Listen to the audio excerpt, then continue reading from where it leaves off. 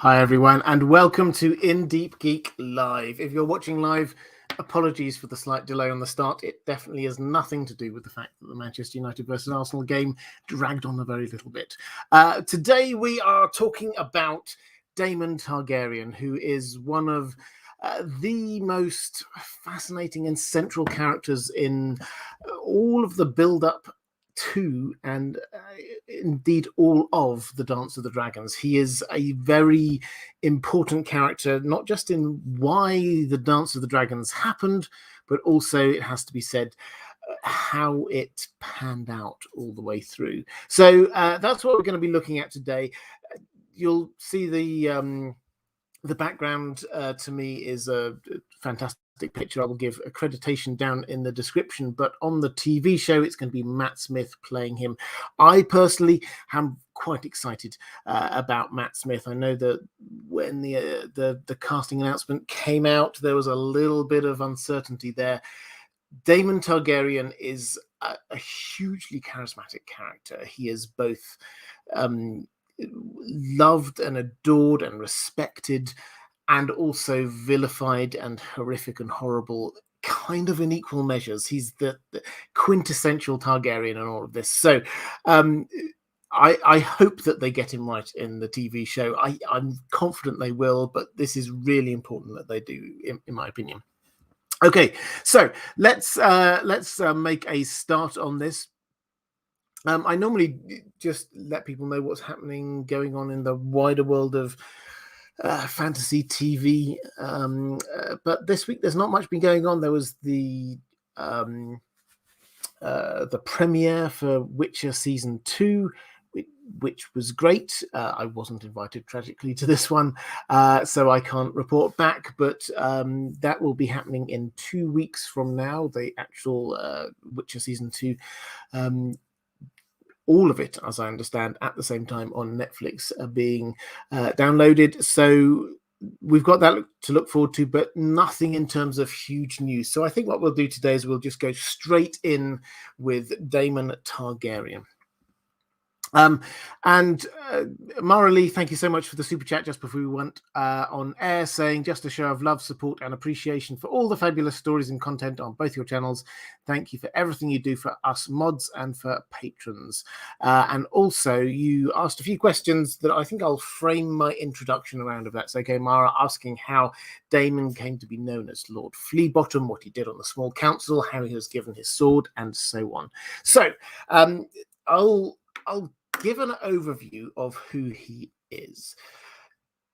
Daemon Targaryen was the brother of King Viserys. Viserys is the character that we're going to be seeing as king before the start of the Dance of the Dragons. So that is where he fits into all of this. He's the grandson of Jaehaerys I, the great Jaehaerys king who was there for many, many years.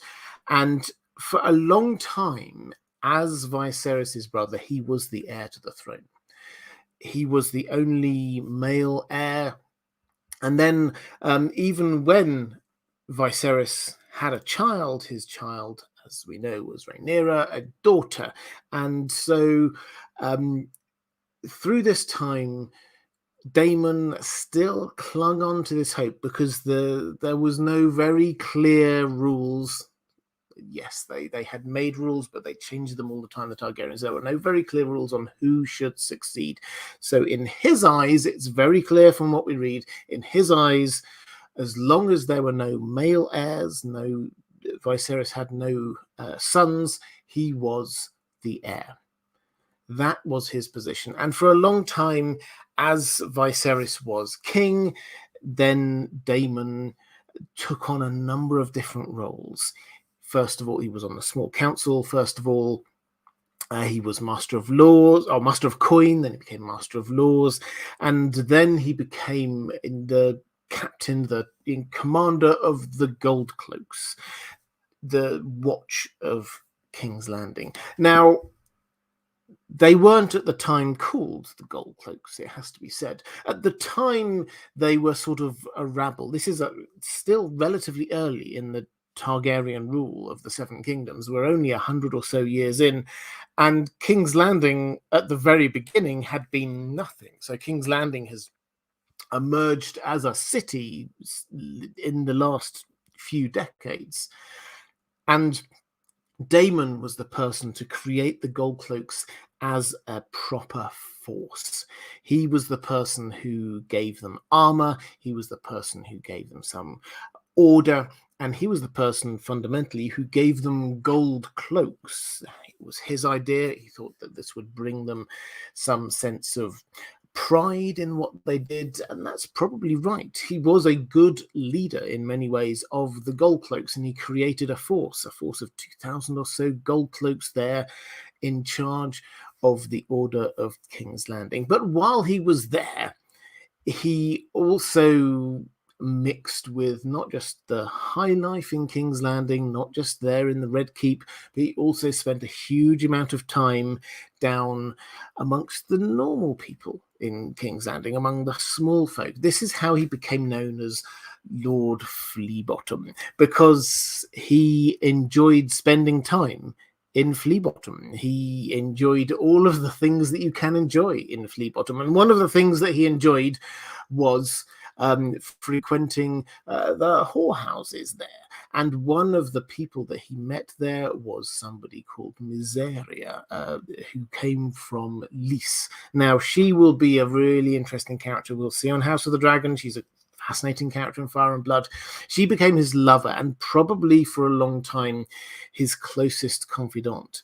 And the two of them struck this really strong relationship that meant that no matter how far Daemon Targaryen was from King's Landing, he always had some connection in with the people, with the small folk of King's Landing. So that's where he was and what he had control of. But he always held on to this hope that maybe one day, maybe he could be king. But obviously the king had a daughter, and his daughter, he said, was going to be his heir. And she was quite young, but grew up. And during this time, Damon, perhaps hedging his bets, perhaps for other reasons, started to strike up a relationship with her. While that was happening, then as we all know, Alicent then came and married King Viserys, and they had children together. They had sons, and as a result, any claim that Damon had started to drop down even further. So he, although at the time he was indeed married to Rhea Royce from House Royce up in the Vale, he didn't really enjoy that, it seems. He had some really quite nasty names for her, and he seemed quite happy to get out of that as soon as he could. And he saw an opportunity to perhaps pursue something more exciting, perhaps another chance of glory, perhaps some way of creating some new alliances.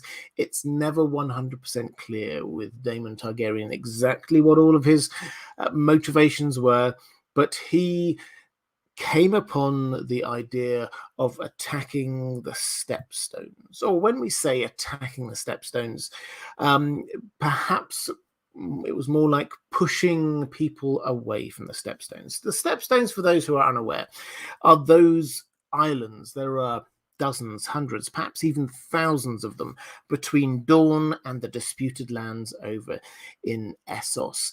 Now, in and of themselves, they're not particularly valuable, but the placement of them means that anyone who's wishing to do any kind of trade through the narrow sea, if you're wanting to go across to Essos, if you're wanting to come from Essos up to King's Landing, you have to pass through the stepstones. Now, previously there had been pirates there, but then 3 of the free cities came together, forming the Triarchy, and they took control of the stepstones, and they got rid of the pirates, which was a good thing. But then on the flip side, they also got to the point where they were starting to charge people to go through. There was a tariff in order to pass through, get your trading ship through the stepstones, which to start with people were happy to pay, but then the tariff went up and it went up and it went up. And the biggest loser out of all of this was Corlys Velaryon, who was a trader, effectively. And so he and Daemon struck some kind of alliance. They decided to take back the stepstones from the triarchy, and they did. They pushed them all the way back, almost all. They took almost all of the stepstones back, and then Daemon himself almost crowned himself. Corlys crowned him the king of the stepstones. So he had a crown. He was suddenly a king, but ever the power player, he then flew back to King's Landing with the crown on his head, landed just as there was a tourney going on, and walked up to his brother, took off his crown, and laid it down at his brother's feet. What a guy. Everyone loves him even more. He's won the stepstones, and now he's saying, I'm laying aside this crown for you. This set in place a chance for him to stay back in King's Landing, which he took, and he cemented the relationship that he had with Rhaenyra.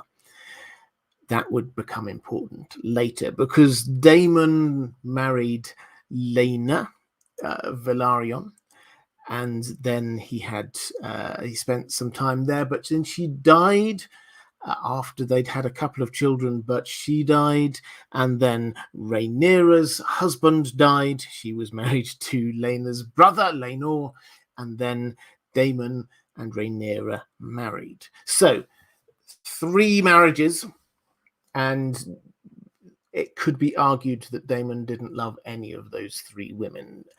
Probably of the 3, the one he had the closest connection to was Rhaenyra, but that's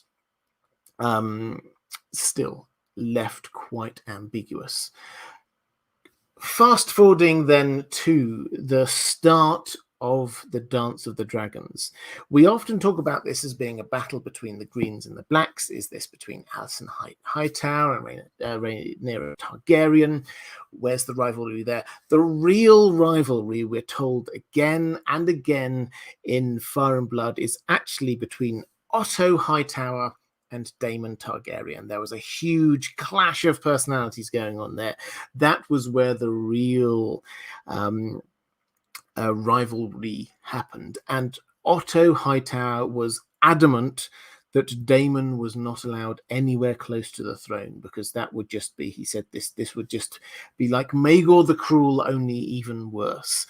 That's how low he viewed Daemon Targaryen. So that's what we're playing with, is we've got this personality clash between 2 very strong people, and Otto Hightower, perhaps I'll do a live stream on him at some point, but he seems to have been a very capable, ambitious, yes, but very capable person who was there with strong views about who should and should not be close to the Iron Throne for the good of the people.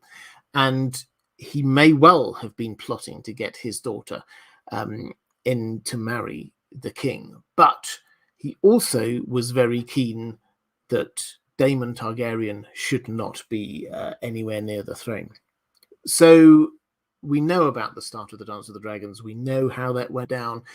The person pushing a lot of the action after that, again, obviously, was Daemon Targaryen. He was the person who flew off into the Riverlands. He attacked the ground. He took Harrenhal. That was his main target. He took it because he felt that this was a place that the Blacks needed. On central Westeros, they needed to claim a base, and it was him who claimed that base.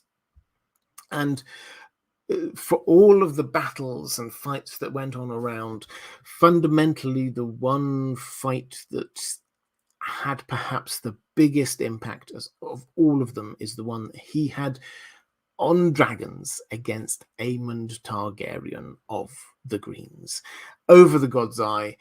and they both died. The dragons were killed, they were killed, and that was the end of it. After that, it was just mopping up the details of who survived. Damon, there are rumors, the bards sang songs that perhaps after that he survived. He went off to his latest lover, who was Nettles, but we hear nothing of that. We don't know anything about that. So as far as we're aware, he did indeed die, drowned in the God's Eye Lake in the act of killing Aemon Targaryen.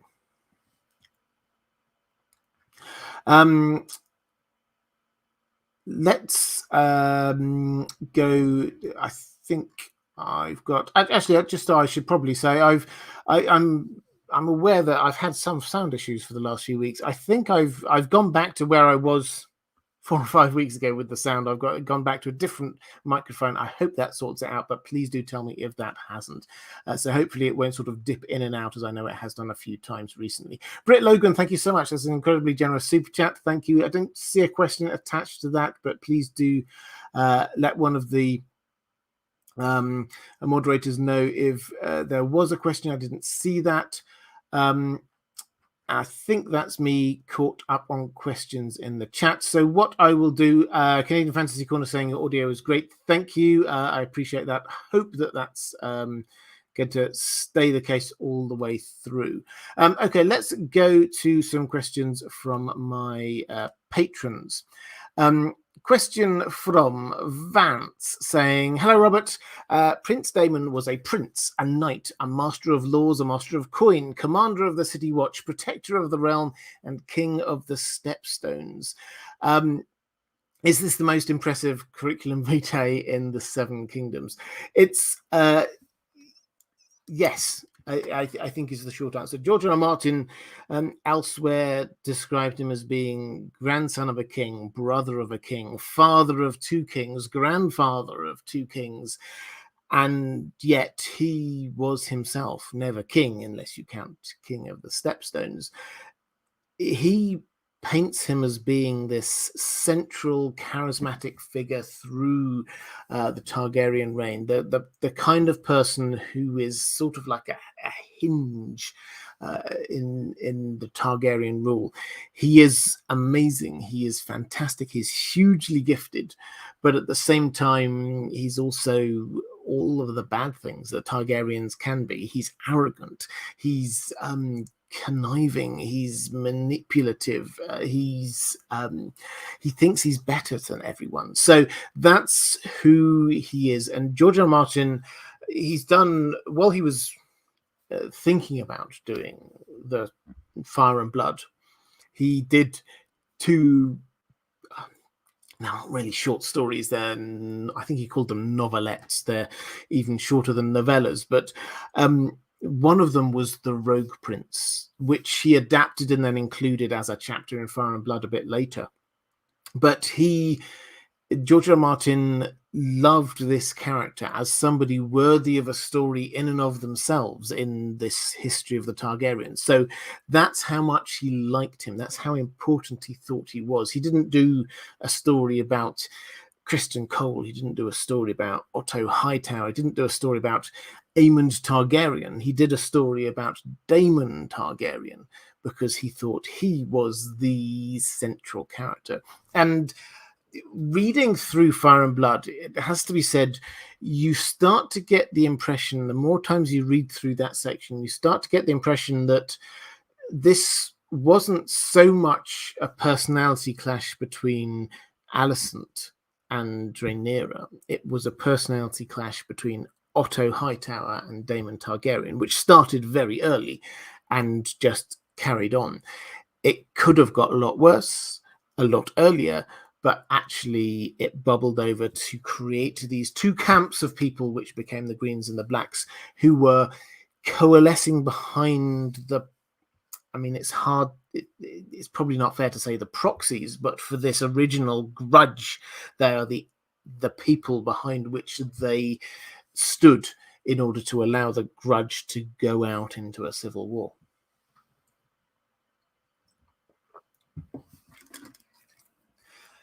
Lyle Hammock is just saying, just a small thank you for all you do. Thank you very much indeed. And Fletcher Reed saying, keep it up. Thank you very much.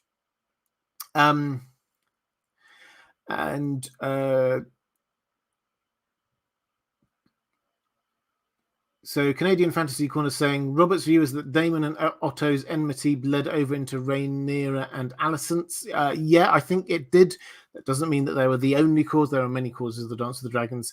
But that definitely was a part of the cause. And just flicking through... Mark Sheesa saying, missed opportunity here. Robert should have worn a gold cloak. If I thought of that, maybe I would have done. Okay, so let's go to a question from Jake G saying, hi, Robert. I hope you're well. I am. Thank you. For me, this man is up there as one of the most fascinating characters in the entire series. He has one of the best story arcs. It's pure drama from start to finish, and I really can't wait to see it on TV. How close to the text do you think they're going to be with this? My fear is that they have to add a lot of filler in, as they're making an 8-series show or just part of a single book. I worry we will end up with something like the Hobbit movies, enjoyable but feeling a bit stretched. Yeah, so I mean, I share a bit of this concern. In as much as when you get, say, season 1 of Game of Thrones was one book to one season, and that was a big, thick book to one season, and that was as close as you're going to get. No adaptation is 100% pure, but that was as close as you're going to get to a pure cut and paste from page to screen. They had to change a few things. They took a few bits out. They shifted a few things around to make it work for the TV. But broadly speaking, that was a pretty good adaptation. That was one book, a thick book, book 1, A Game of Thrones. What we have here is couple of 100 pages, depends how far back they go, maybe 300 pages tops, or how far forward they go, of fire and blood. And that's not turning into one season of a TV show. That's going to be, and I don't know how, they haven't said how many they would do. My best guess at the moment is probably 5, but they might go for longer than that. So we're looking at not one thick book to one season of a TV show. We're looking at a third of a book to 5 TV shows. So yes, I share the slight concern that they will have to pad out what is there. That's inevitable. I'm not concerned completely by that. I think that you can do this very well.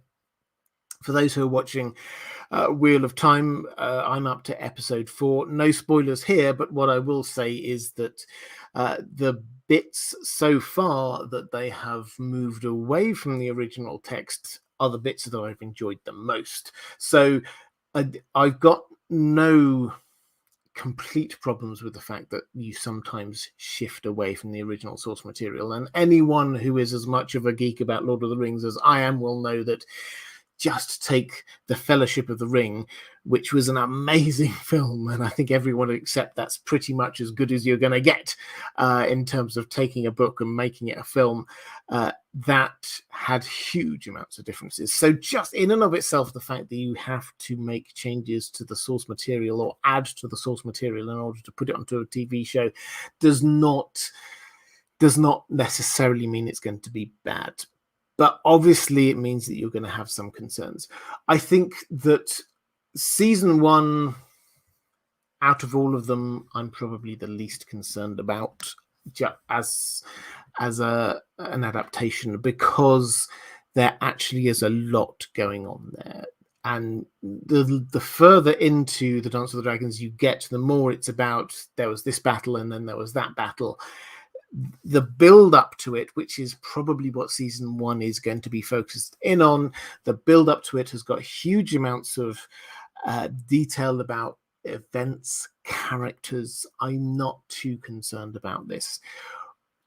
Bringing this back into Daemon Targaryen, and as I say with the casting, I personally don't have a problem with the casting. I think Matt Smith is going to be great, but I hope they make him as central and charismatic a character as he is, because it would be easy to read through it and say he's not the central character. He's just like a support act. He's the husband of one of the central characters. He's a father of one of the central characters. Actually, he should be one of the driving forces in all of this. So I'm sure they will make that the case. The fact that when they did the teaser trailer, whenever it was, a month or so ago, he was doing the voiceover, I think that bodes really well. So I'm quite optimistic about this. I think it's got a good chance of being right. And you were talking about the Hobbit movies, enjoyable but feeling a bit stretched. I hope it's not going to be like that. Until we see it, we won't know. But that's my hope, is that that's not what it's going to be.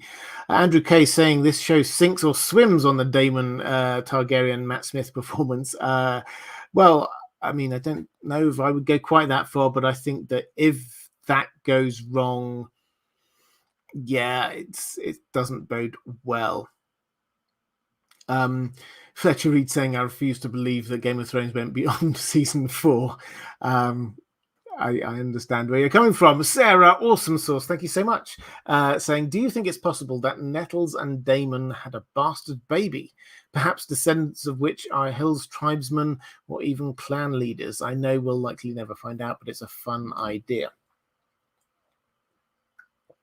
Yeah, so Nettles was one of these dragon seeds that we find. The Blacks had a strategic issue going on in that they had more dragons than the Greens did, but they just didn't have enough people to ride the dragons. They just didn't have enough Targaryens. And so how are they going to sort that out? Well, they'll try and find some people who've got some Targaryen blood. So they went to try and find, are there any bastard children of Targaryens here on Dragonstone? Of course there were. There were lots of them.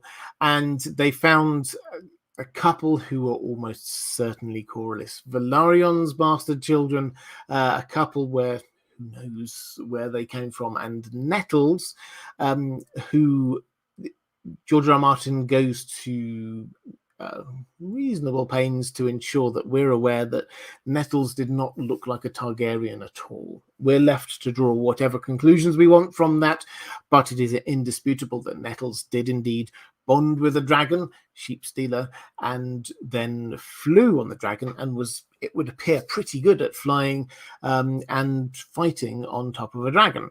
And Damon and Nettles formed a relationship. We're left to assume, it's heavily hinted in Fire and Blood, but the Maesters are always a little bit coy on these things, but it's heavily hinted in Fire and Blood that the two of them became lovers.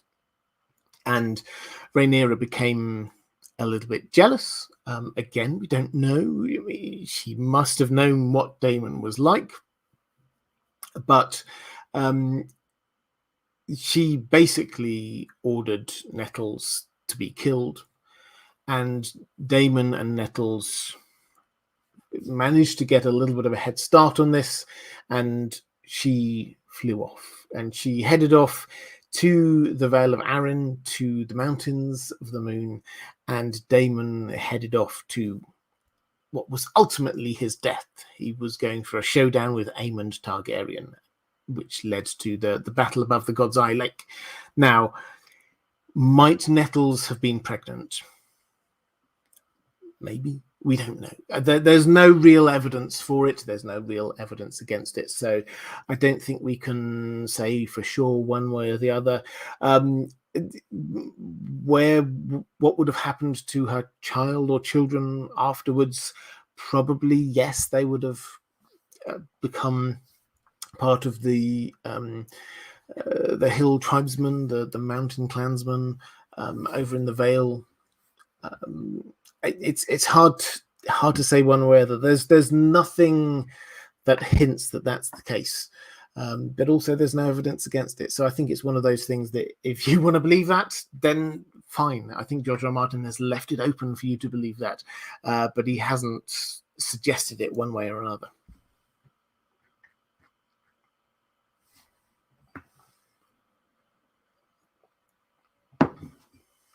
Sasuke saying Nettles was the goddess of the burned men of the Vale. Yeah, this is a theory that I like a lot.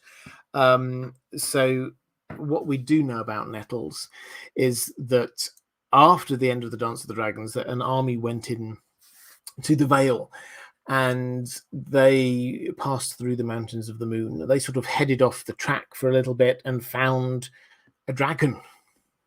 They found her.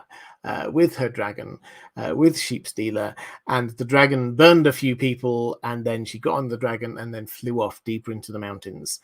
And that's the last official sighting. But then after that, there were rumors that perhaps the mountain clansmen found I think they said a fire witch. We also know that there were as you say, the burned men of the Vale, their ritual for how you attain adulthood is that you go and burn a part of your body. Maybe it's a hand or an ear or an eye or something to show your manhood in some way.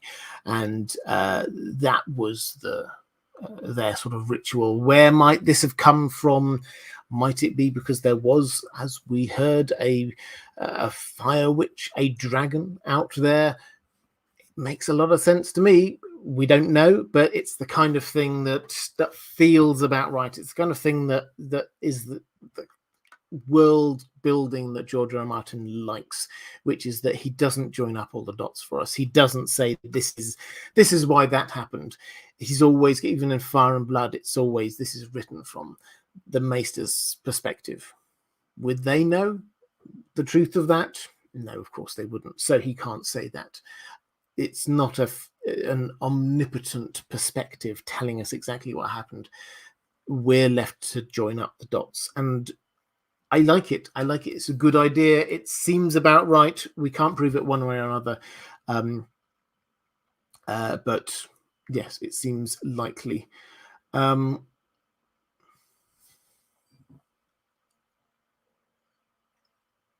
Andrew K saying off topic for the stream, but did you see that the Duncan Egg adaptation series concept hired a head writer this week? Yes, I think actually that was a thing that I could have said at the top of the live stream and I completely forgot.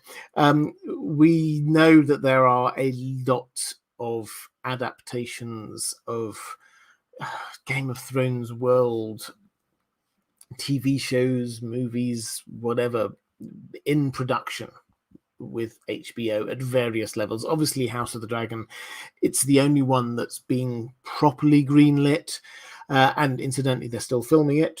Last I heard, they're probably going to be filming into the new year, which suggests not spring, maybe summer for when we see that.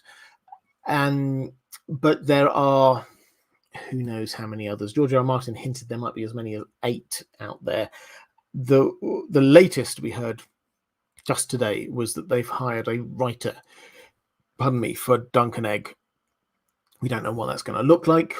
We don't know how they're going to present it. What I would hope is that they do this as a sort of 3 long standalone episodes, the kind of thing you had if you ever watched Sherlock, that they just let the story last as long as the story needed to last, hour and a half, whatever. They did it, each one standalone. Yes, it's the same characters. Yes, there's some continuity, but they're not trying to do a series of a different episode for each. I hope that they only stick to what we've already got.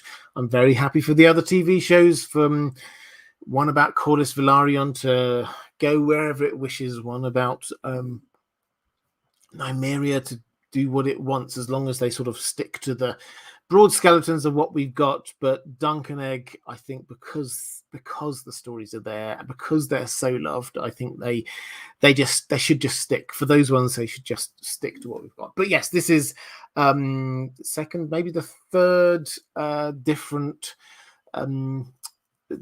story that we've had somebody attached to, a name attached to, which implies it's slightly further on in development.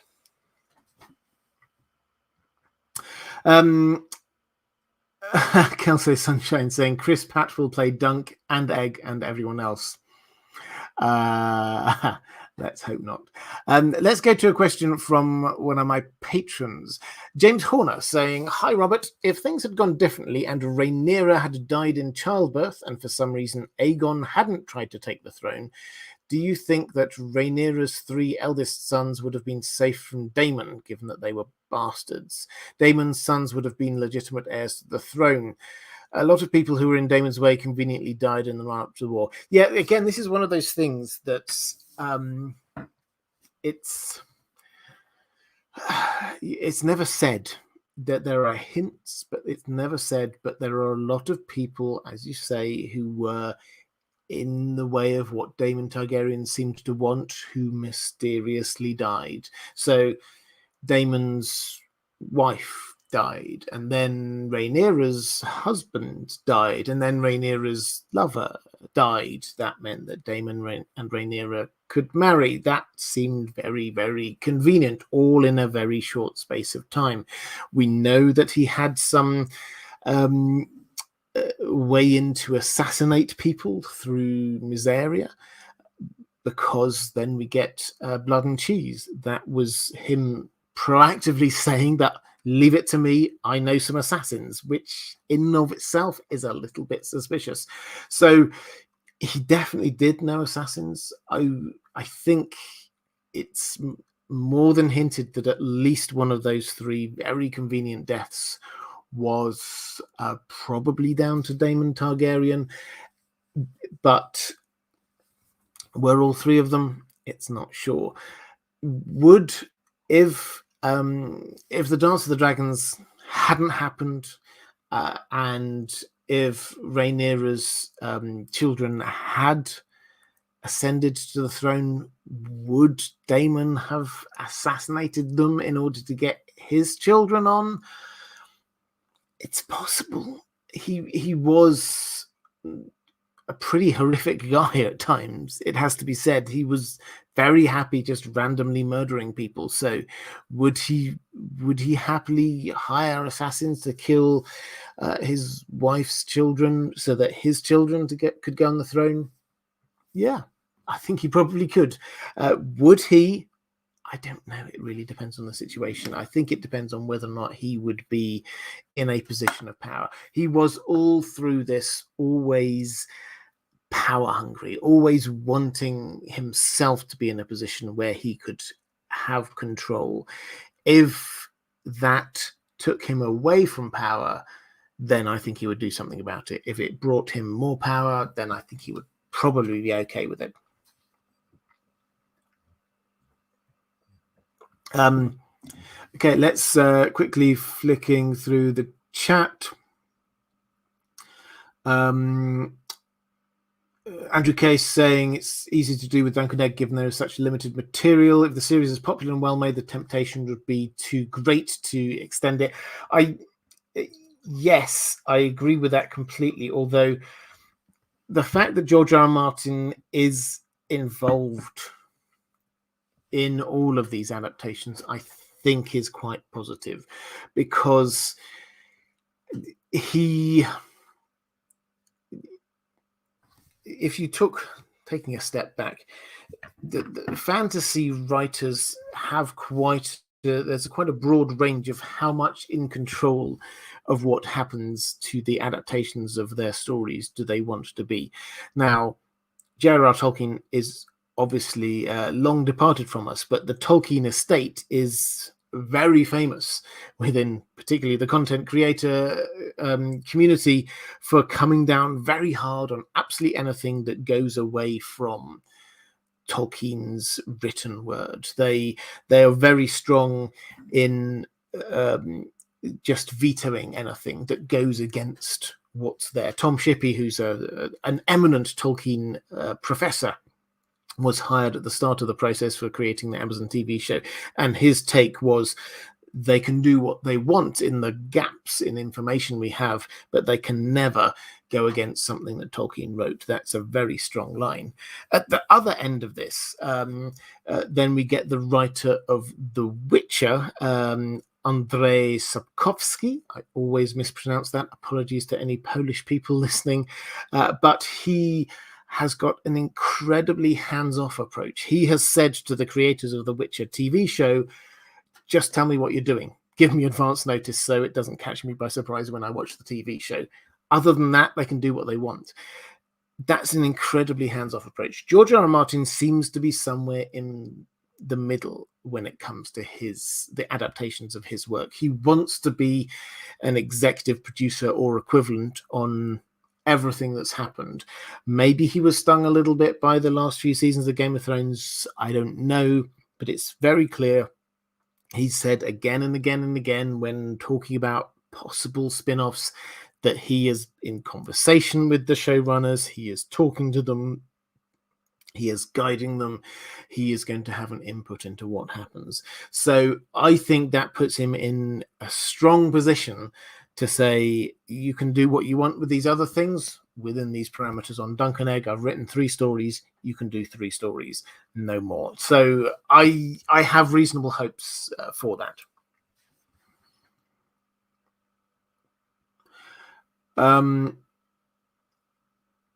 Reflective Rambling saying, did you hear about the Tolkien estate shutting down the people who wanted to start the cryptocurrency, a JRR token?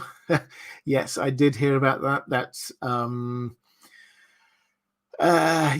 that's it's one of many the things that the Tolkien estate comes down very hard on a lot of stuff. It has to be said. I talked vaguely about the creator community. It's because we're very aware within the community of people who create things about the world of the Lord of the Rings, that the Tolkien estate vetoes a lot of stuff, let's put it that way, and that's absolutely fine. They own the copyright for it. They're absolutely able to shut down what they want to, but they come down a lot harder than other rights estates, it has to be said. And Andrew Case saying, I was pleasantly surprised to know that George R. R. Martin was writing at least one episode of House of the Dragon season 1. It was unclear if he would. I hadn't heard that. If that's true, then I'm also encouraged. It does make me wonder. He said he wasn't going to write anything else until he finished The Winds of Winter, but okay, let's read into that as you wish. But yes, I think that's an encouraging sign. Celts saying, I hope you had a fantastic Thanksgiving weekend in the EU. Britain's not in the EU anymore. I shall make no comment on that, but thank you very much. I did have a very happy weekend last weekend. As always, myself and everyone here in America is thankful for you and your moderators for all you guys do. If you are watching this live, I would be hugely grateful if you could just drop some thanks into the chat for the moderators. They are the best moderators in the world. You don't see it all the time. You may not see everything that they do, but from time to time, we get spam bots.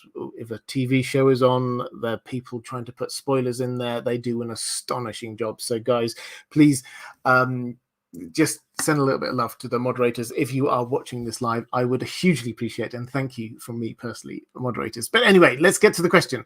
Do you think that the show will explore Daemon's time as Lord Fleabottom when he was the commander of the Goldcloaks? I know it seems that there will be time jumps or flashbacks, but I feel like his connections play a major part in the Dance of the Dragons, like Blood and Cheese, and I'm concerned that his time as commander will be left ambiguous. So I don't know is the short answer, the extent to which they're going to do this, but they definitely will include it. What seems to be the case in season 1 of House of the Dragon is that they will I whether they do it as flashbacks, whether they do it as a long time period for season 1, but they are going to cover the build up from a relatively early on. They've cast young actors for some of the key roles, like a young Alicent and a young Rhaenyra. So these characters are there from several years before the main events of the Dance of the Dragons.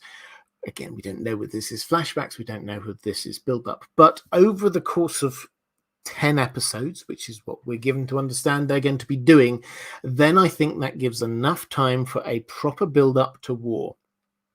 I've not seen anything that suggests that season 1 is going to go much beyond the declaration of war, the start of the dance. They're not going to go into the battles. This is just going to be the build up. They've got 10 episodes of build up, which I think is fantastic. I think that was one of the best bits of this whole narrative that George R. R. Martin has given us.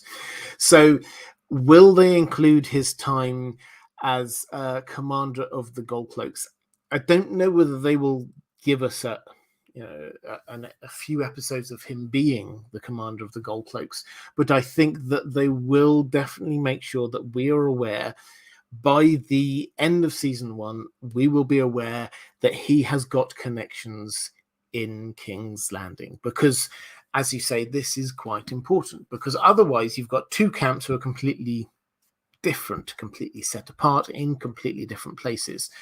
And the options that they have, the options the Blacks have, are not limited to where should we fly our dragons. There also, is there anything we can do in King's Landing? And that is where Daemon Targaryen's mind goes to relatively swiftly, particularly after the death of the first person Viserys on the Black's side. Once he has gone, Daemon's initial thought was, right, I know some people who can do the equivalent thing back to them. So they will give us an understanding of how he has that. What we've already seen from the trailer, we've certainly seen a couple of tourney pictures. They're probably going to push all of the tourney stuff into one tourney, I suspect. So all of the events that we have across a few different tourneys in the build-up are condensed into one. And that's a period when Damon is there at King's Landing. So we will see a little bit of what he's doing there. And we know we have Lady Miseria there as well. If she's going to be introduced as a character, then we need to see how she fits in with this narrative too. She came from Flea Bottom, or she didn't start from Flea Bottom. She came from Lys, I think it was. But she met Damon while in Flea Bottom. So yes, we will get that aspect of his character. They're not going to major on it, but we are going to be aware of that part of his history. Kaius Ballerina is saying, will you consider any gaps the show fills any gaps the show fills in canon? I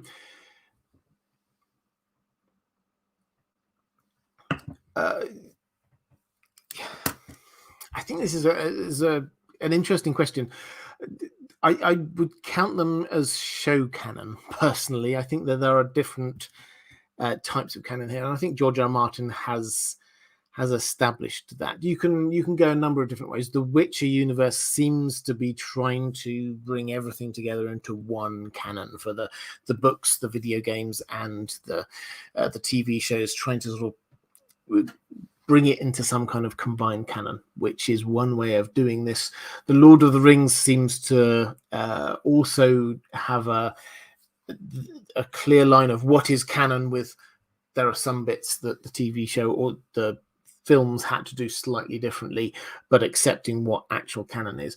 I think that's more where this is going to go. George R. R. Martin, when he was asked pre-season 8 of Game of Thrones about where this was going, he was talking about here's my story, here's the show, they're different things. The big beats will be the same, but they are doing different things, and he seemed okay with that. He said in a number of different ways, so I'm not going to try and exactly quote him, but he said that they will be different things, and that is okay.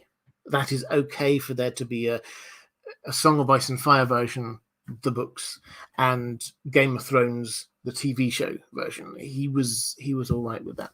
So I think we're probably going to carry on with that as a way of doing things, but with the added extra layer that with the book Fire and Blood, it is not, as I said earlier, this is not a third person omniscient perspective. We do not have a truth. There is not a truth of what happened in the Dance of the Dragons. There are accounts. What we have in Fire and Blood is an account from the Maesters, but this is also the Maester taking from a number of different sources. And a lot of the times when you're reading through it, you say, well, we get the Septon said this, and then Mushroom said that, and apparently this person's told their children that this is what happened. And we're left to decide for ourselves what the actual truth is. Through that, the narrative is worked, and it's very clear what the overarching narrative is, but who exactly, in some instances, why certain people did certain things, or who pushed who out of a window, that kind of thing is left to debate. Now, I imagine that the TV show will, to a certain degree, try to keep the ambiguity going. Where it's possible, they will allow it to be a little bit vague about what happened. They won't want to go down that way all the time. Obviously, they won't want to always be sort of cutting away, just letting us guess what happens next. But every now and then, I think they will use that as an opportunity to just let us work out for ourselves what happened and debate it in the same way that, and this isn't a cop-out, I should probably just say, as a TV methodology, if you just think of, and again, no spoilers, but the last episode of The Sopranos, that kept people figuring out what happened for many, many years. Just, you can read some astonishingly detailed breakdowns of what happened just in the last 2 minutes of The Sopranos in the last episode. You can read hugely detailed figurings out of what happened based on the cues that we're given. But until very recently, the showrunner didn't actually say what he intended. So it's actually a fair TV mechanism to use to pull the camera away and let you decide what happened. But in terms of the question of will whatever they do, because they do have to fill in gaps, will that be canon? I'm going to treat that as TV canon, and I'm going to say, well, this is what happens in the books. That's what happened on the TV show. And the TV show seems to, and I suspect this will be the case in the vast majority of cases, the TV show seems to fit in with what happened in the books. So I have faith in the process that is what is going to be happening. Maybe there'll be a couple of times when I disagree, but broadly speaking, I will go with the George R.R. Martin approach, which is to say, here's the books, here's the TV show.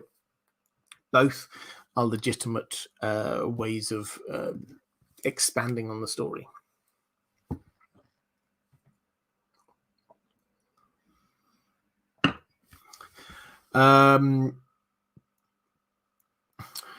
Let's look for a question from Catherine Furseth over on Patreon. saying, "Hi Robert, I'll be curious to see how much of Daemon's rich history will be portrayed in House of the Dragon. Do you see an overarching plan based in his personality guiding him in all of his adventures, or do you think he went with the flow to some extent, seeing where fortune and chance would take him, depending on the circumstances? Also, of all the women in his life, who do you think was his greatest love, apart from himself?" Thanks. In terms of who was his greatest love, I think you've hit the nail on the head with saying himself. I think that was what drove him. Of all the women we know, Lady Misery seems to be the person he would have gone with for love. Possibly Nettles towards the end of his life is the same. His 3 actual wives, each instance you could argue that was a more power grabbing or political marriage. So the people he wasn't married to probably were closer to him. As for, is there an overarching drive to his life, to his actions through his life? I don't know if it's quite that clear. What seems to have been the case is that once it became apparent that he was potentially the next in line to the throne, he never seemed to want to let go of that. Even when it became apparent that he wasn't going to be the next king, then he went to see, well, how can I bolster, if not my claim, then the next claim, how can I be close to power with the next person? So, for example, when his brother just had one daughter, he seemed to think that he himself should be the rightful heir, because he was a man, and they just literally, the previous generation had seemed to establish some kind of precedent that men have precedence over women in the succession. So he thought that he was the next in line. When when the king, Viserys, sorry, I should say, did have a son for just a moment, but then unfortunately the son died and his wife died, and that should have been the cause for much sorrow amongst the royal family. But the king's brother Damon, it would appear, actually went out celebrating the fact that there was not a son born to the king. I forget the fact that his brother's just lost a son, he's lost a nephew, the king's lost his wife. He went out celebrating because he was, in his mind, still the heir to the throne. So this was something he clung to very closely. Then he seems to have very deliberately tried to get close to Princess Rhaenyra, who was the named heir. That seems to have definitely been a plan on his part to try and get close to her, and marrying her definitely seems to have been part of his plan. There was a moment when he effectively got bored, and then he went off from that was a hot-headed moment as far as I can tell, but he used that then to try and get himself back into power, to placing the crown down in front of his brother, mending a few fences there, and giving himself the chance to get close to his niece, because the Targaryens obviously would have viewed that as a potential relationship. So was there a thread running through this? Yes, the thread was the hunt for power. All the way through this was the hunt for power. Each relationship he got into, each main act he did, was all about grabbing power. If not for him personally, it was to start with, but if it wasn't, then it was to get the people closest to him power. Not, it would seem, because he particularly wanted them to be in power, but because he wanted to be close to power.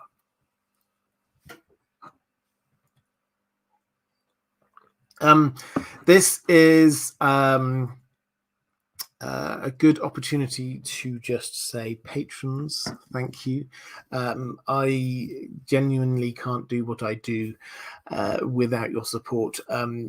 If you want to support this channel, if you want to give a little bit back, I try to provide pretty much everything I do completely free. But if you want to give a little bit back, then the best way to do that is via Patreon. I understand not everyone can do that. I never encourage people to do that, but if you wish to become a patron, the best way to do that is well, you can click on a link down there, or I'm sure my wonderful moderators will be putting a link in the live chat. Now let's go to a question from Paul D2000 saying, hi Robert, thank you for your amazing content. Thank you. What do you think happened to Nettles? And did she and Damon have an agreement about meeting somewhere after the battle above the God's Eye? Yeah, so I covered the first part of that about what happened to her. I think that I'm reasonably clear in my mind where she went after the Dance of the Dragons. And the question is, did they have an agreement to meet up? I think so, yes. I think that as far as we can tell, Nettles and Damon became lovers, and he knew that she could no longer be part of the same side as him. So she had to go off in hiding somewhere. The closest, best place was the Mountains of the Moon, so that's where she went. But he then, it seems, just decided, you know what, I want to end this. I want to end this war. The best way for him to end that war was to kill Aemond, because Aemond was there on the biggest dragon, the fiercest dragon that the other side had. He was effectively the war commander, and so he was the person to kill. If he had gone, then Damon could then hunt down all of the other dragons, and from that moment on, he potentially could put whoever he wanted on the Iron Throne, even himself, I guess, at the end of it. So that seems to have been the decision that was made. She would go off and hide somewhere. He would end the war as quickly as possible from that moment. And then, yeah, I'm sure they had a way of meeting up afterwards. He would probably have come to her. I think that, to my mind, they... some people were wondering whether he survived and maybe they did meet up afterwards. To my mind, I think there's two problems with that idea that he survived. The first one is that it goes against absolutely everything we know of his character. There are no other point do we see any hint that he's the kind of guy to go, you know what, I think what I really want to do is just retire from public life and just live a quiet life with my lover and never worry about anything again. That's not who he was. That doesn't seem to be the thing that he would promise to anyone. He never seems to be a settling down kind of guy. So that seems against his character. And the second thing is that we just don't have any evidence that he survived this. We hear evidence of a fire witch in the Mountains of the Moon, but not a fire magician. We don't hear about anything that could potentially be him. We don't hear about any rumors of him walking off, actually any stories of him walking off. There's no evidence at all. So I think, for me, it's unlikely that he survived. I think he did die. I think he died in a huge battle above the God's Eye Lake. And I think that if you're looking for some kind of magical link across, he died in the waters around the Isle of Faces. So his blood will have been soaked up by the weirwood trees on the Isle of Faces. This will have given them his memories, his life energy, the things that the weirwood trees do soak up. This is the same feel as when Ned Stark, when he executed somebody up in the north, he would always, he wouldn't clean his blade off where he was. He would take his blade off and then clean the blood off in the pool next to the weirwood tree. So the blood of the sacrifice went or was sucked up by the weirwood tree. And that's the same feeling that we get with Daemon Targaryen. And indeed, our minds are taken to the idea that there's a link between him and the weirwood tree, because when he's there waiting, he flies over there and waits for Aemon Targaryen to appear. When he gets there, he's waiting for 13 days, and each day we're told he whacks the weirwood tree there, and there's slits in it that stay to the present day where he whacks it 13 times. He cuts into it, so we're reminded of the link between the weirwood trees and that part of the world. So I think if you're looking for a magical link of what happened to him, did he die? Yes, but his life essence was sucked up within the weirwood tree, so he does gain some degree of immortality in the way that anyone who gets sucked up within the weirwood network gains some degree of immortality.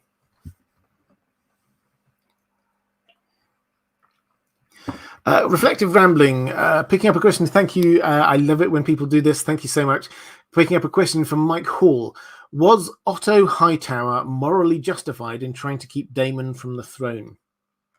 This is quite an interesting one. I will be fascinated to see how they play it on the TV show. Otto Hightower, as much as, yes, he probably was playing a political game to try and get his daughter married to the king and his grandchildren on the Iron Throne, as much as he was doing some sort of a power grab like that, it's very clear, as the more times you read Fire and Blood, the clearer it becomes. He actively disliked Daemon Targaryen, and not just in a "I don't like that guy. I wish I wish he weren't around. I wish he weren't anywhere near the throne." It's like, I think that guy is damaging. I think that person would be terrible as a king. He would be terrible for the Seven King for Westeros, for the kingdom. He would be worse. This is what he speculates, worse than Maegor the Cruel. Is that right? Well, you have to wonder what he would be like as king, because certainly as a Targaryen prince, he had a huge amount of freedom. He could do what he wanted most of the time. And he did do a huge amount of morally ambiguous things. And when I say morally ambiguous, sometimes they weren't morally ambiguous. Sometimes they were just pretty bad. Sometimes they were pretty evil things. George R. R. Martin doesn't make any bones about this. He does say this is a guy who has many fantastic points, but also a number of terrible points about him. So is Otto Hightower right? I mean, possibly. Where the political situation for the Seven Kingdoms had come to was it had a very strong foundation with Aegon and his two sister wives. They'd created a very strong foundation. But then you'd had a couple of weaker kings, let's put it that way, in very different ways, which had allowed there to be dissension across the continent. Jaehaerys, by most people's accounts, Jaehaerys I, the Conciliator, had a very good reign and rule. He had brought the kingdom together, and he'd done a lot of the boring things, like trying to make sure that the laws work across the land, as well as some of the more exciting things, making peace. He'd built up the coffers. He'd made sure that the Seven Kingdoms was no longer in debt. He'd started building the road network. A lot of really good and sensible things. And we're told that under Viserys, many people considered that the apex, that high point of Targaryen power and rule. So whereas Viserys may not have been the same dynamic or wise character, under his rule, things flourished. people seemed to genuinely like him. There wasn't there wasn't massive wars going on during his time. The kingdom became richer. The infrastructure slowly improved. It was good. Would Damon have stuck to that? It's hard to see him being the kind of person who would just sit down and have a boring kingly existence. He almost certainly would have tried to do things, not just taking the stepstones. Maybe he would have tried to invade Dawn. Maybe he would have tried to push the boundaries of the Seven Kingdoms further.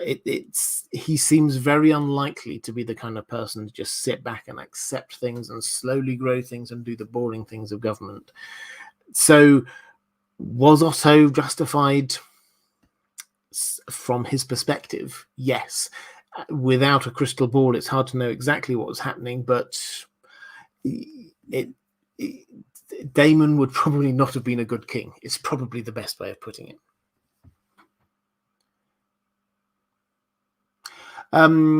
Sheep Duckling Cow You says, "Hey Robert, do we know how deep the God's Eye is? How would they go about salvaging the bodies and armaments in such a place? Stay awesome, sir." Thank you. I will attempt to stay awesome. In terms of how deep it is, no, we don't know exactly. My take is probably not very from what we've heard. Also because it kind of fits in with this idea. If it is, as we think, the center, the hub of the Weirwood network, we know that the Weirwood network sort of operates underground, and it seems not to be able to pass over big bodies of water. But the God's Eye Lake, if you think that the God's Eye Lake is connected in with the wider Weirwood network, which seems likely, then presumably it goes underneath the lake, so probably not hugely deep. The dragons themselves, they could salvage a dragon from there. Maybe they landed near the shore. Again, we're not told, but we got Dark Sister. The sword was salvaged, so I think the implication is it's not hugely deep, but we're never really told. We're just told that it's hard to get to the middle, but not because the waters are deep and anything natural like that, but because the implication being the green men are using magic to prevent people getting there. You try to get to the center of the God's Eye Lake, you try to get to the Isle of Faces, and winds blow you away, or the currents and eddies take your boat away, or a flock of birds comes down and starts attacking your ship. Whatever it is, you're kept away, but it's not because it's hugely deep and dangerous waters.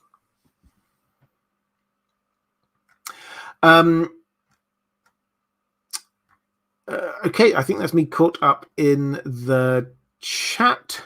Let's go to question from Ludwig Palermo Reidel, saying, "Hi Robert, firstly I want to express my sincerest thank you for your wonderful work. Thank you.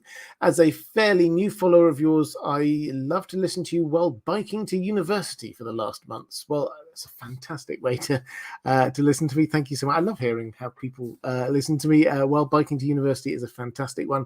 Having gone through the books some 10 times, to which I will doff my hat to you. Having gone through the books 10 times, it's great to get your speculations. I am delighted to finally catch a live stream. I thought it might be fitting to sign up to Patreon. Welcome. Thank you. My question is, does anyone from now in the story echo Damon? Will that person wield Dark Sister when it surfaces, if it ever does? And Diego Godoy also asking, who do you think is the strongest parallel to Daemon Targaryen in the current story? Well, I think I have thought about this a bit, trying to work out if there. I don't think there is a strong parallel. I think it's quite. George R. R. Martin has wanted to create him as one of a kind, as an exemplar of a type of person. The best next matches probably come from 2 or 3 generations later, 4 generations later, I think. Aegon IV's bastard children, known as the Great Bastards. Now, these come and it has to be said, the line of the Targaryen kings does come down effectively through Daemon. He may not have ever been king, but two of his children were kings, and two of his grandchildren were kings, and this works its way through. Aegon IV had a number of children who have a lot of these same traits that we saw in Daemon Targaryen. Daemon Blackfire perhaps is the closest example we have. Someone who seems to have created a huge amount of personal loyalty to him, have huge amounts of charisma. People wanted him to be king, and yet at the same time, he appears to be hugely arrogant, definitely power hungry, maybe overstepping the mark. This is probably the closest, and I think George R. R. Martin using the same name for them both, Damon, probably is not a coincidence. They share a huge amount of characteristics, but also a few of the other great bastards, as they were called, Aegon IV's bastard children, shared that same feeling. Bloodraven is another descendant who has that same kind of, maybe not exactly the same mixture of characteristics, but this idea, this arrogance of thinking that they know best and wanting power, maybe not necessarily for himself, but in order to do what he thinks best. That is definitely a thing that we see in Bloodraven. And Bloodraven has Dark Sister, so there is an echo there. Daemon Blackfire obviously had the sword Blackfire, so again, they both had these the Valyrian steel swords. I don't think there's anyone in the current story who is a clear echo. I'd love to know if people in the chat think that there is. I mean,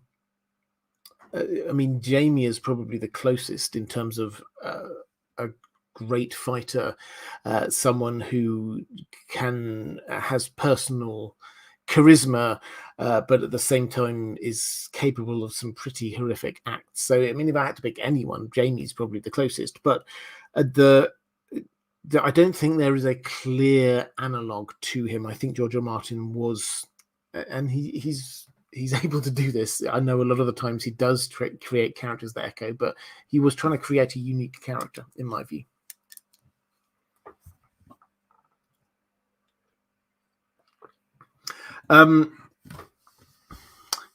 Derek Moriarty saying the closest was Oberyn. Oberyn Martell. Yeah, that's I think that's a good call, actually. So Oberyn, the difference I would see is that Oberyn Martell doesn't seem to do things. Yes, he's hot-headed. Yes, he seems to have a lot of lovers. Yes, he seems to be a very skilled swordsman, but also he seems to be doing things not just for his own power, but for the honor of his family, which seems to be quite a distinction from Damon, who, yes, he seems to take umbrage at certain things that happen, but you're always suspecting that this is not because he's taking umbrage at what is happening as a point of principle, but because he thinks that this is going against his own personal plan of what's happening. And Oberyn also, we often overlook it, but he doesn't seem to be the kind of person to sort of slowly get bored with doing things. He spent a while over in Old Town just studying. That does not seem to be a thing that Damon would ever have done. He seems to have always wanted to keep on doing things. The idea of sort of settling down somewhere and just enjoying life and in discovering things for the sake of it doesn't seem to be him. But I certainly get the charisma, the willingness to sort of do things off the cuff. That definitely does echo across into the story.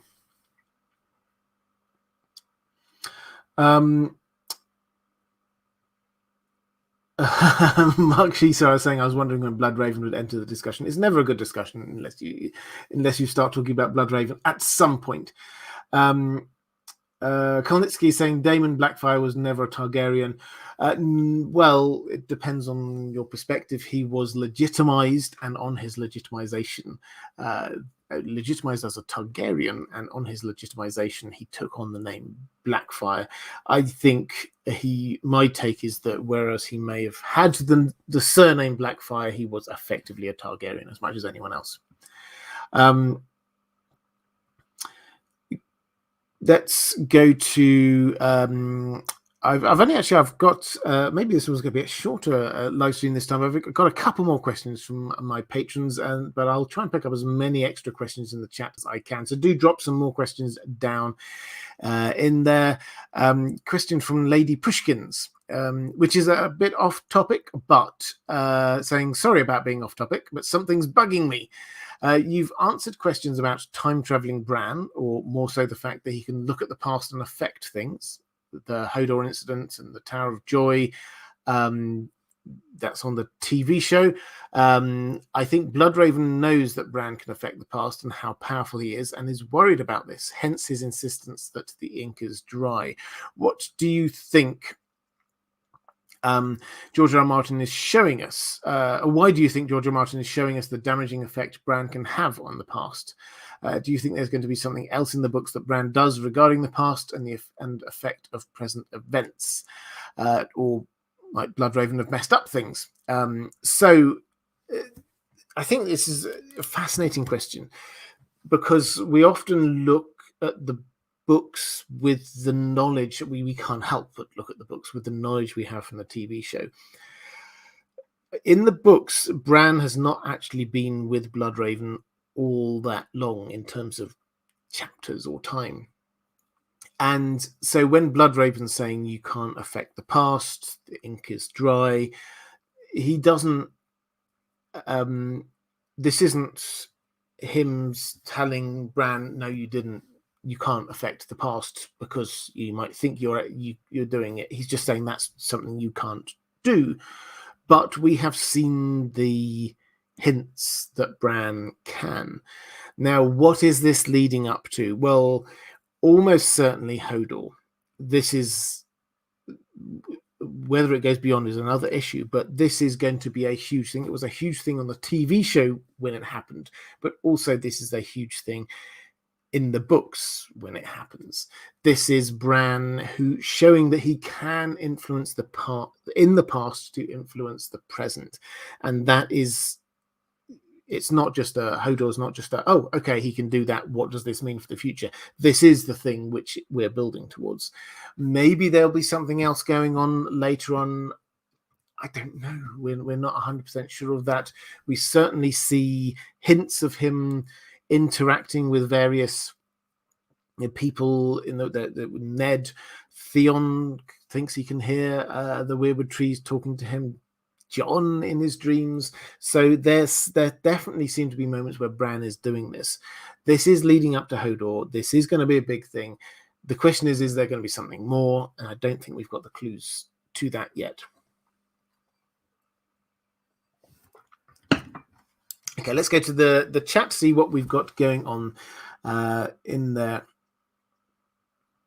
Keelan Wade saying not exactly about the character, but how faithful do you think the show will be to the books this time around? I think they will be very faithful as far as they go, but there are big gaps. We've got, I don't know what it is, 300 pages or so for however many TV series we get out of this. So we're not going to get, it's not going to be word for word adaptations. There will definitely be a huge amount in between the lines.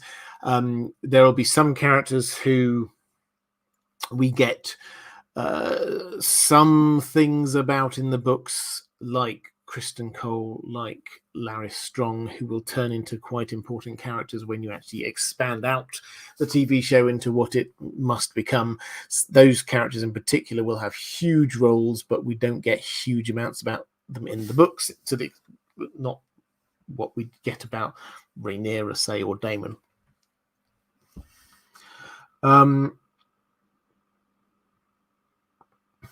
Question from Caius Ballerina. Have you read the theory that Nettle is a leaf? The tinfoil theory that Nettles is actually one of the children of the forest when she travelled among men. I've not really looked into. I mean, I've heard the theory, but I've never really looked into it. So I can't say that I've seen any evidence for it. I would love to hear some evidence for it. It sounds like a great theory, but off the top of my head, I can think of evidence against it in that she's not described as looking anything like a child of the forest. She's connected with fire, which is not a thing the children of the forest are connected with at all. She goes to the mountains of the moon, and we know that the Vale is not, and the mountains, not a place where the weirwood trees are. She comes from Dragonstone initially, as far as we can tell. Again, we don't hear of any weirwood trees there, so there doesn't seem to be a connection for me. Maybe there is, maybe there's some evidence that I've not heard of. I would love to hear the evidence if there is some, but off the top of my head, I can't think of a reason why that would be the case. It's I mean, maybe this is coming from an idea that she doesn't look like a Targaryen, but she can bond with a dragon. I'm not sure. I think that George R. R. Martin seems reasonably happy with the idea that you don't have to look Targaryen to be bonding with a dragon, which is probably good news for John, for example. Caius Ballerina picking up a question for Johnny Seriani. Thank you so much. I love it.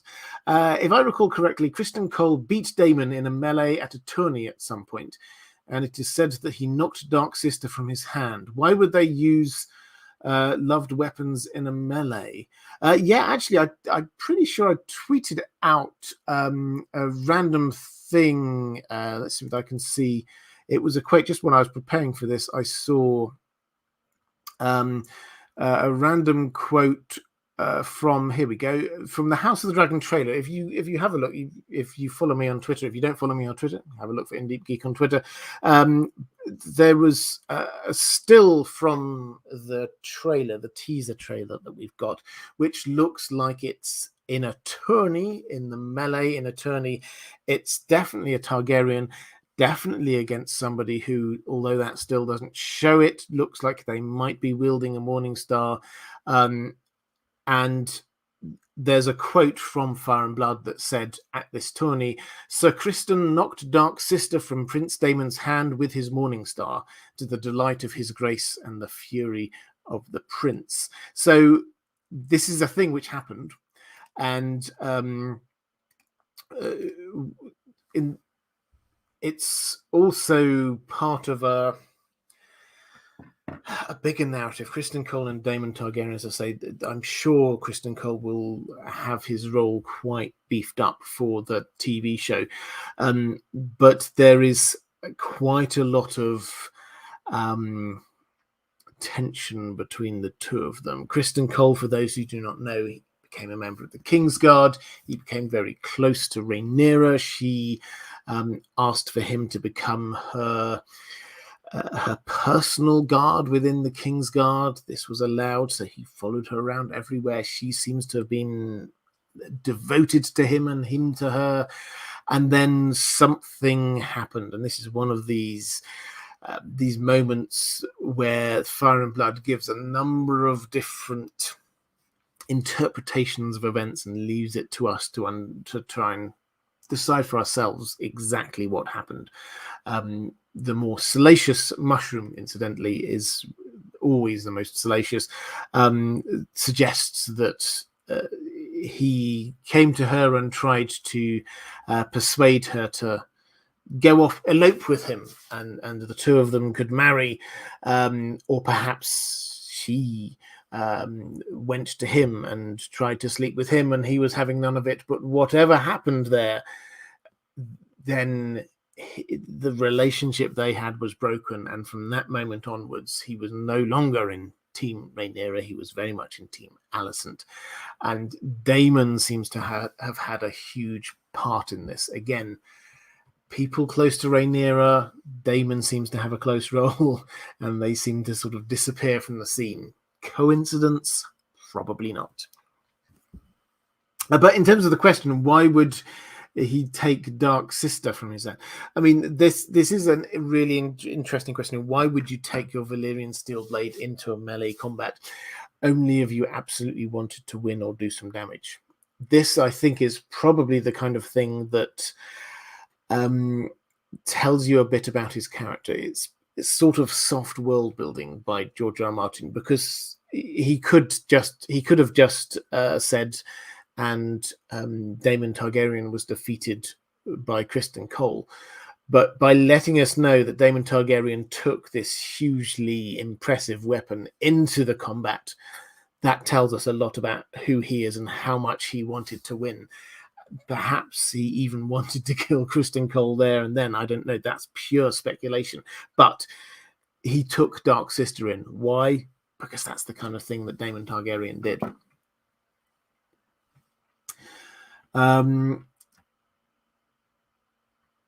Question from Reflective Rambling. Picking up, thank you again for Kyle Ellis. How much of an effect do you feel Damon making many friends in Fleabottom had on the Smallfolk to incite the storming of the Dragon Pit? Well, this is an interesting one, because the storming of the Dragon Pit happened when Rhaenyra was on the throne. So the Blacks had their moment in the sun, and the Rhaenyra ruled. She was the monarch, the reigning ruler of the Seven Kingdoms in King's Landing on the Iron Throne for 6 months. It just gets written out of the history books because their side lost effectively, and women don't get counted as rulers, despite the fact that they very often did rule. But she was there, she was ruling. Would Damon, I think there's a couple of issues here. Does he have the contacts to be able to do that kind of thing? Well, maybe, but this was more about getting people full of righteous indignation. Is that really his style? It doesn't seem it, but it's possible. Secondly, would he want to do that? Would he want to be killing all of the dragons? I think it depends on how far gone you think his relationship was with Rhaenyra and the Blacks by that point. You could certainly argue that maybe by then he was thinking to himself, actually, I'm just going to kill everyone and become king myself. But we don't get any evidence that that's the case. It's the kind of thought process that he would have. Rhaenyra seems to have written him off by this point. So yes, she's no longer his ally. So it's possible, but my take is that if anyone instigated that, it was the Maesters. Because without going into the whole Maesters killing the dragons conspiracy, if you're interested, please do go and check out. I did a video on it, I don't know, a while back. But the Maesters, we know, did not want a world with dragons in. But the dragons had been growing. There'd be more of them until the Dance of the Dragons. The Maesters will have looked at this and thought, this is our last best chance to get rid of the dragons. If they survive this and they grow and expand again after this, then there's no chance of stopping the dragons being here. They'll be here forever. If they were going to stop them, it had to happen then. And lots of dragons had already died in the Dance of the Dragons. And then most of those that remained were in the dragon pit and could not escape. So if anyone had the motive for inciting the people to be taking on the dragons, then it probably was the Maesters. And if you want a hint about how that might happen, it was the Faith of the Seven fanatic, and the Maesters do have a link across to the Faith of the Seven because they're both effectively based in Old Town. So my take is that wasn't Daemon Targaryen. I think you can probably put a lot of things down to Daemon Targaryen, but I think if anyone, I think this was the Maesters.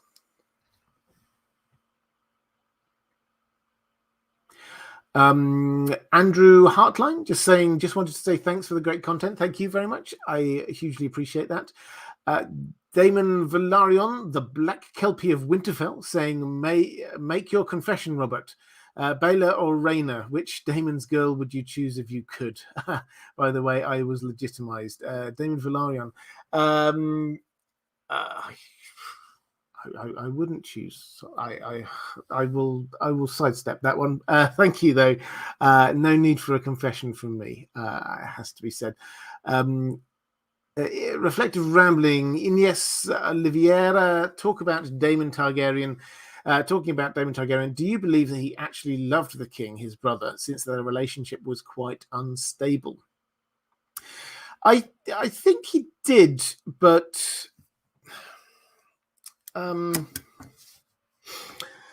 it was a complicated relationship. Let's put it that way.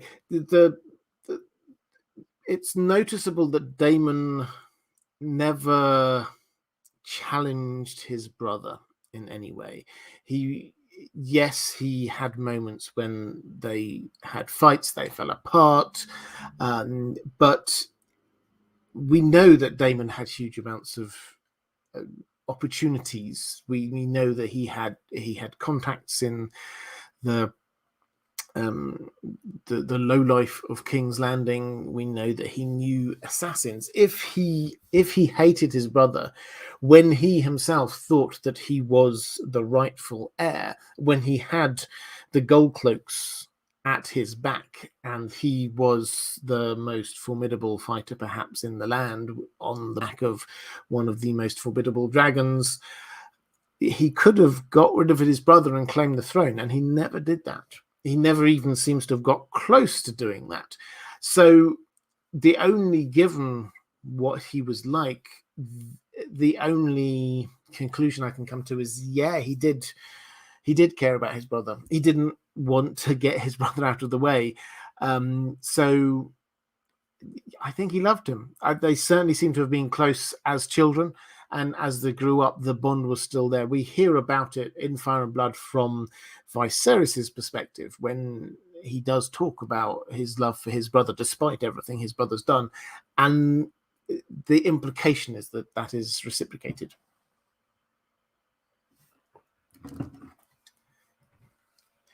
Okay, question from Chaos Ballerina, saying, do you think Damon just hired Blood and Cheese to kill Jaehaerys? Or do you think he, like Tywin, is also responsible for the cruelty that occurred? I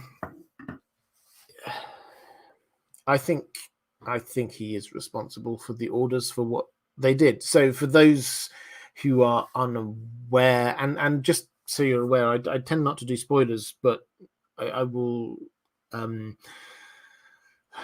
with the books, if it's in the books, then I will talk about it. So that will, when it comes to House of the Dragon, that may well turn into some degree of spoilers. But for the time being, I will, if it's in the books, I'm not counting it as spoilers. So Blood and Cheese were hired by Daemon through Lady Miseria.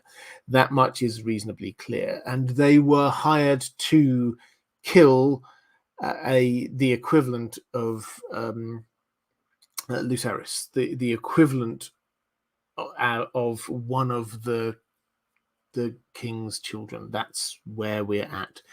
And they planned it out. They went there, and if all they had wanted to do was kill a child, they could have done it, gone back out again, and probably wouldn't have been caught. They would have had they seem to have known this city reasonably well. They could probably have got away, and had, if they timed it well, maybe the whole night to get out of the city before anyone found out what it was. So the fact that they created this elaborate killing of not the person, of yes, one of the children, but also a way to cause incredible misery and heartache and pain within Team Green, if we're going to call them that. I think that was a deliberate order from Daemon Targaryen. So again, it probably says a lot about him that is what he wanted to do. That was what his aim was not just to do a tit for tat murder, but actually cause the same degree of pain or even greater pain than had. And yeah, he's not a nice person. We have to. He's charismatic. He's fun to read about, but he's not a nice person. Ian Kapinski saying, who of all the contenders, pretenders, and/or heirs would have made the best ruler? Well, I mean, this is an odd question. I mean, I don't think George R. R. Martin ever makes it very clear.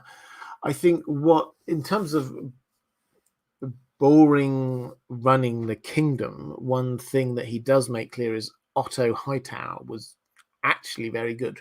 Nobody doubted his abilities, it's said, and yes, they might not have liked him personally, but he does seem to have done a reasonably good job. And Viserys, I talked about Viserys' rule being the height, the apex of Targaryen power, and that a huge amount of that probably was down to Otto Hightower. So had he remained as Hand of the King, with the king having a slightly hands-off approach, that probably would have been pretty good. As for who else we have out there, I mean, it's hard to, with the younger children, it's really hard to say because they were all scarred by what happened. Aegon II, absolutely, he seems to have changed completely as a child because of what happened in the Dance of the Dragons. Aegon III ascended to the throne as a child, clearly traumatized by what happened. There's no way around that. He was devastated by what happened. So I don't think you can judge any of those the next generation down and say whether they would be good rulers, because of the fact that when they reached that point, they could no longer be good rulers. I think it's reasonably clear that Rhaenyra probably was trained up to be a good ruler and probably would have been a good ruler. But when the moment came, everything was against her, and she was just a broken figure, and it was never going to work. So that's the tragedy, is that you think she probably would have been a good ruler, but at the moment was gone. So I think George R. R. Martin often comes around to this. Yes, war is bad. It's a very simple statement, but this is a point he wishes to make. War is bad. Everyone loses. And so the people who were affected by war, therefore, would not make good leaders. It would have been better for everyone, simple, obvious point, if there hadn't been a war. And not most, but many of the contenders, the people there, probably would have been reasonable monarchs.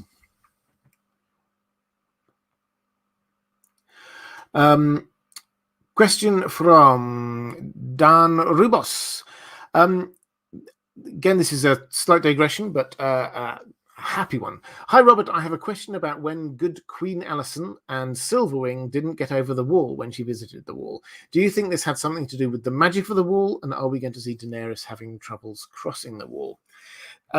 So, for those who are unaware, this is earlier in Fire and Blood. Alicent Targaryen, the wife of Jaehaerys, and co-ruler, effectively, we read the story of when she went up to the wall on her dragon, Silverwing, and she met the Night's Watch and she had a good time there, and lots of important things happened. But we get this maybe a page where she reports having tried to fly north of the Wall on her dragon just to see what was north of the Wall, and Silverwing wouldn't go, just kept on turning back, and she doesn't know why.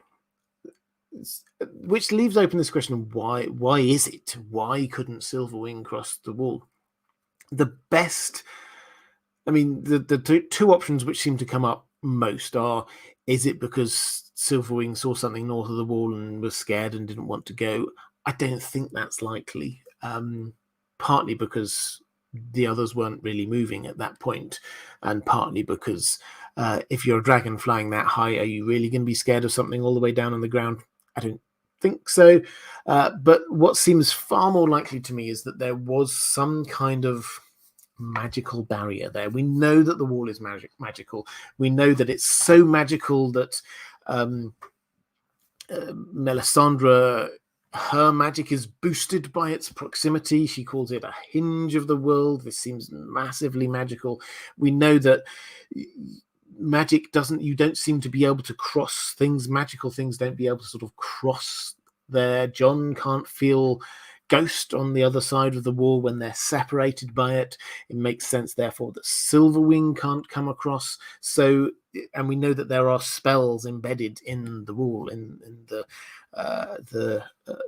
base of the Wall. So that seems to be what it is. It's just that the magical things cannot, of their own volition, cross the Wall, and so Silverwing, as a magical creature, could not cross the Wall, and that seems to be what was going on there.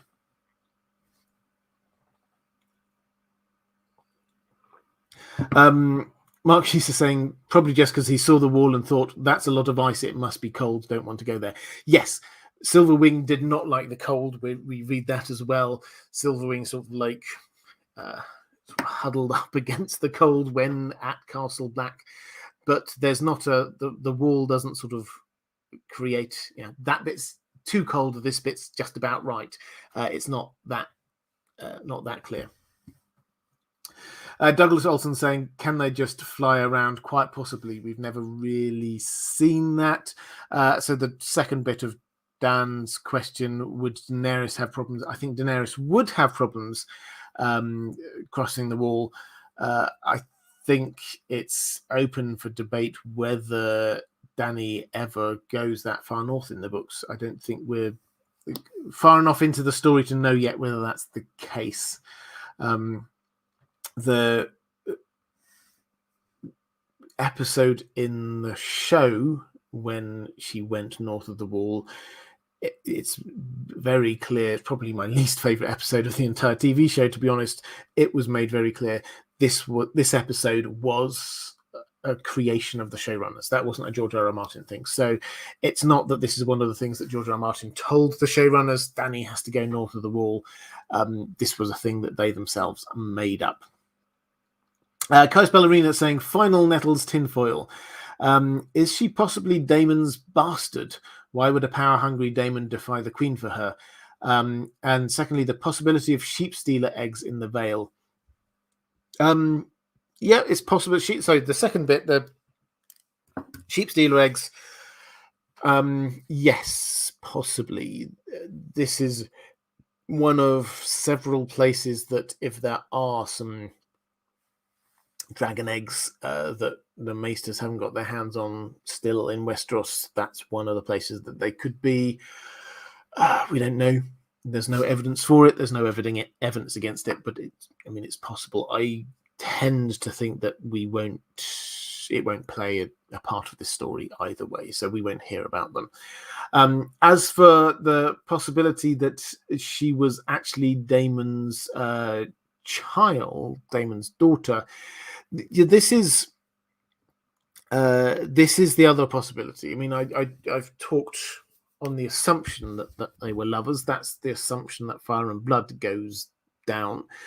But if she is indeed a dragon seed, if she is the love child of a Targaryen and someone else on Dragonstone, then whose child is she?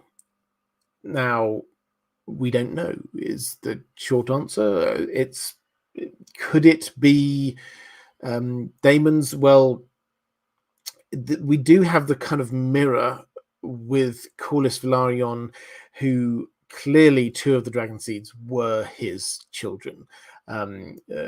You get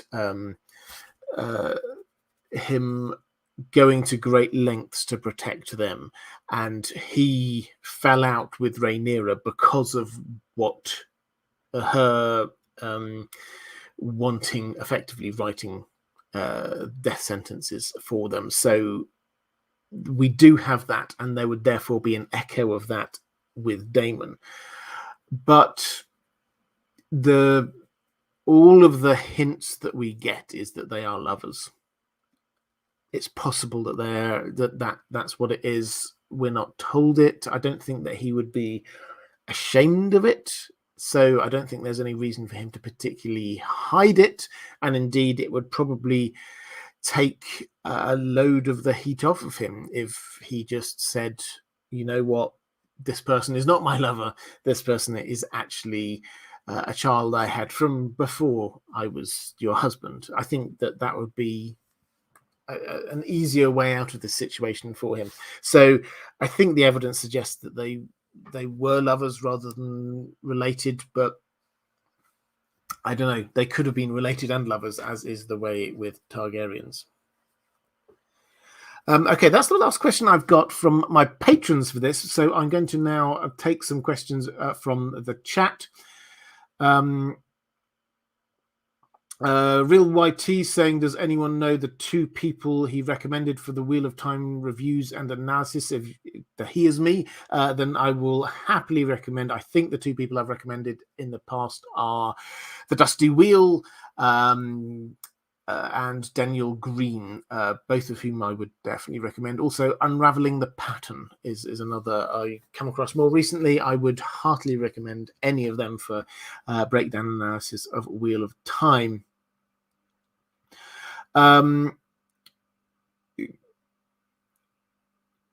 Kolnitsky's asking whether Nettles was a Targaryen or just smart enough to feed a dragon. Well, again, this is the thing, George R. Martin, he kind of leaves it open. So we're given the clear fact that some of the people who bonded with dragons, it seems to have been a relatively straightforward process, but Nettles seems to have thought about it. Nettles seems to have treated this like, how do I personally bond with this creature in the way that you might try to bond with a wild horse, for example? How do I go about doing this? And Sheep Stealer was known for enjoying eating sheep, and so she brought a sheep each day for Sheep Stealer, building up trust day by day, each day getting a little bit closer. Here's another sheep, and eventually getting to the point where she could bond with the dragon and could ride it. So that seems to be a different thing to the way that some Targaryens seem to be able to just kind of magically go onto a dragon, climb onto its back, and it's all okay. There is a clear difference there, and when you add that to the fact that she appears to look not like a Targaryen, does open up the possibility that maybe she's not a Targaryen. Maybe she is just a clever person who's figured out how to bond with a dragon. It is left open, but also we have to say that whereas we might think of being a Targaryen has to be just down this one line of ancestry, that's clearly not the case. You can be several generations down and a little bit removed from it and still being a dragon rider. So certainly we'll get so Corlys Velaryon's two illegitimate children who both were dragon riders.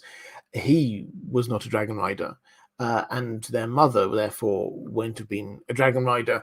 And we're not told exactly who his mother was, but that's clearly at least 2 generations away, and that's the Velaryon rather than the Targaryen link. So it's not as clear cut as you might think. And if you get into the deep weeds of the Targaryen family tree, when you get to someone like Daenerys, you will find, although we may think of her as being the quintessential Targaryen,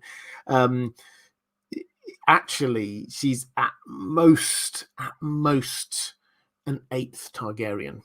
That's just if you go back through her family tree, probably a little bit less than that, in fact, but at most an 8th Targaryen. This is not a clear cut. You have to be 100% Targaryen or 100% Valyrian in order to inherit the right genes.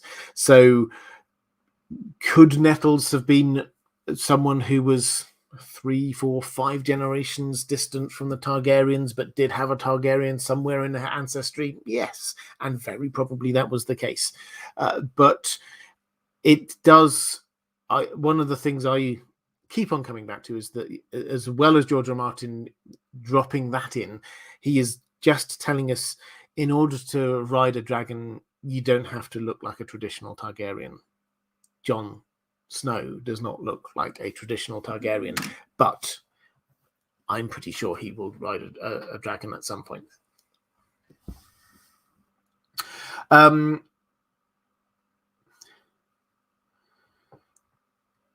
Let's go to questions. So Andrew K saying we haven't gotten any dragon riders who weren't at least part Targaryen since the Targaryen Westerosi dynasty, but Nettles leaves open some possibility for that. Yeah, absolutely. That's as is often the case there, Andrew. You're saying what I said, but a lot pithier and more concisely. So I hugely appreciate that.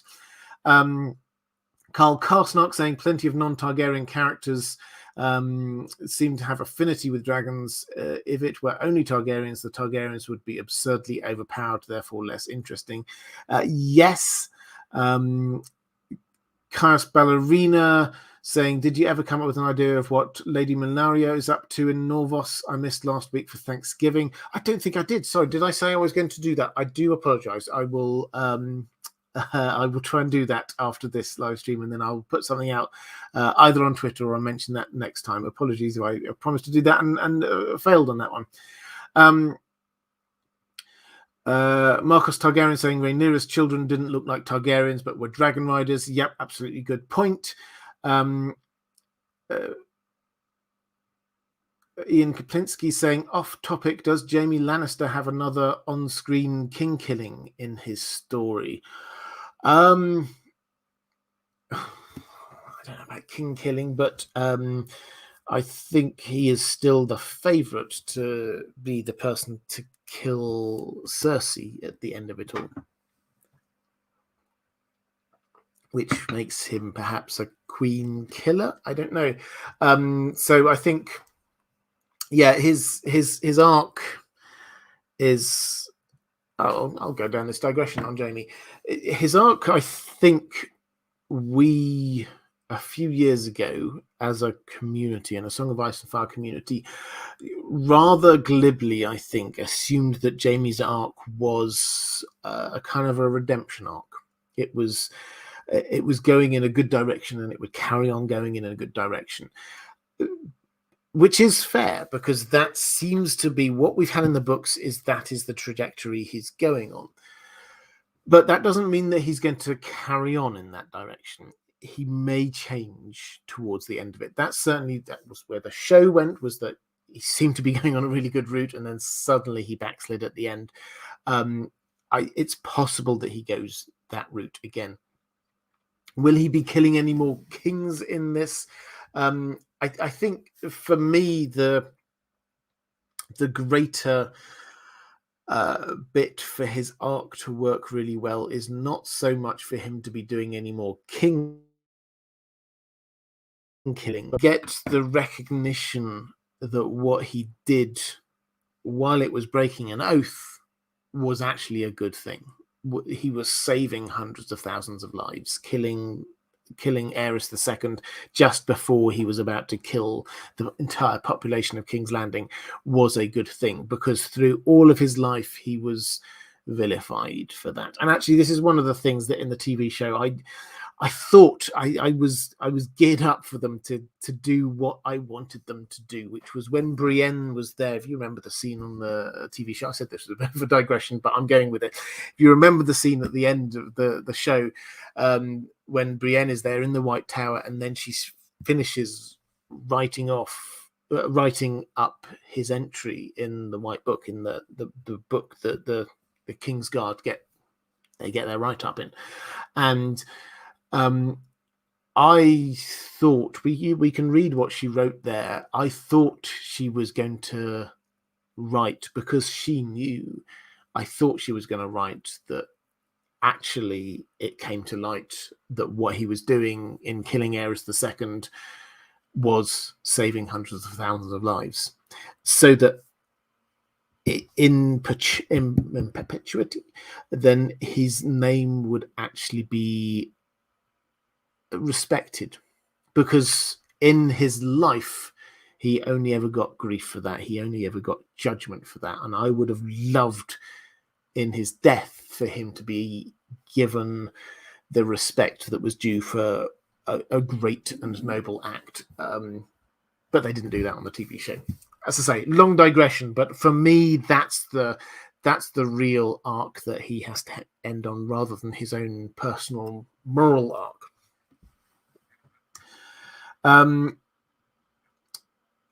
Jewel Elson, thank you so much for the super sticker. I appreciate that.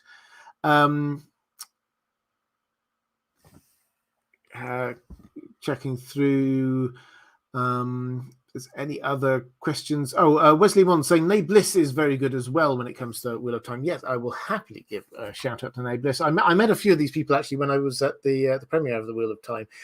So I had a good chat with the Dusty Wheel, Matt, as well as Nay Bliss as well. So both of those I can confirm are excellent human beings. So please do go and check out their channels.